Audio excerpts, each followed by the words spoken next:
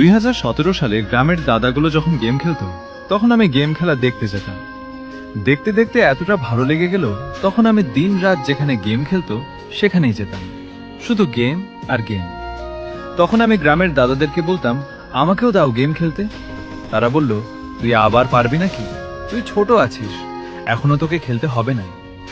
তখন আমি তাদেরকে বলি যে, প্লিজ দাও না দাদা, একটু দাও। তখন আমাকে গ্রামের কিছু দাদা গালি দিতে শুরু করলো, যে বলছে, ভাগ এখান থেকে ভাগ, তোকে ফেলতে হবে না, ভাগ এখান থেকে, দেখতে হবে না তোকে গেম খেলা। তখন আমার রাগ ধরে গেল।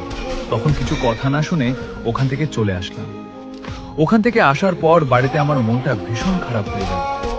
তারপরে দিন যখন বাগানে যাই, তারপর এক দাদা বলল, মাথা মেসেজ করে দে তো, তোকে গেম খেলতে দিব।